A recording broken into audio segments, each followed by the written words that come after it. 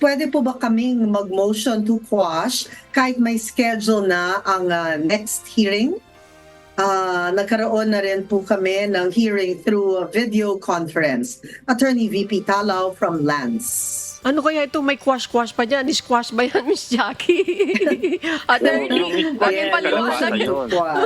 Kalabasa ba? Kalabasa yan. Masarap yan ni gulay. Attorney, bakit paliwanag ko itong Tama quash? to. Kanin. Sige po, Attorney. Pero Minsan. Thank you Sa po. korte po, meron tayong tinatawag na motion to quash. Ibig sabihin, parang ano yan, motion to dismiss yan ang ibig sabihin eh. Yung pong information o yung reklamong isinampa sa korte, ibig sabihin, pinapawalang bisa ninyo. Kaya ang tawag doon, motion to quash. Parang yung squash, yung kalabasa, pag mo yan, pag pinisa mo yan, mababasura, ibig sabihin.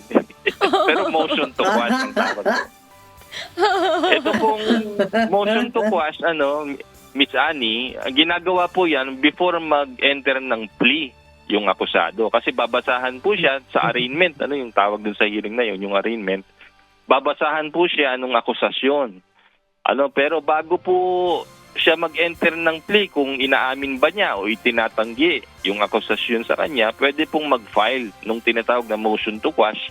Dahil po yung information o yung akusasyon, wala pong nalabag na krimen. Isa sa mga ground yon. Or, maaring wala pong jurisdiction yung korte doon sa isinasampang reklamo. Marami pong grounds ito, under the revised rules of criminal procedure. Kapag meron po sa alinman sa mga grounds na inilista ng ating rules of criminal procedure, pwede pong gamitin yon para hilingin sa korte na ibasura yung reklamo bago pa po kayo mag-enter ng inyong plea. Ngayon, doon po sa katanungan, Miss Annie, sinasabi na nagkaroon na ng hearing, maaari siguro yan yung arraignment, hindi ko alam kung anong stage ng hearing yan, pero ang unang hearing sa isang criminal case, kung under the ordinary proceedings ng korte, is yung tinatawag na arraignment. Usually, yung motion to quash, kailangan po i-file yan bago mag-arraignment. Ngayon, kung nagpatawag ng hearing, hindi natin alam kung ano nangyari doon. Hanggat hindi pa po na-arraign, o nagpatawag ulit pero hindi pa na-arraign, pwede pa po kayong mag-file ng motion to quash.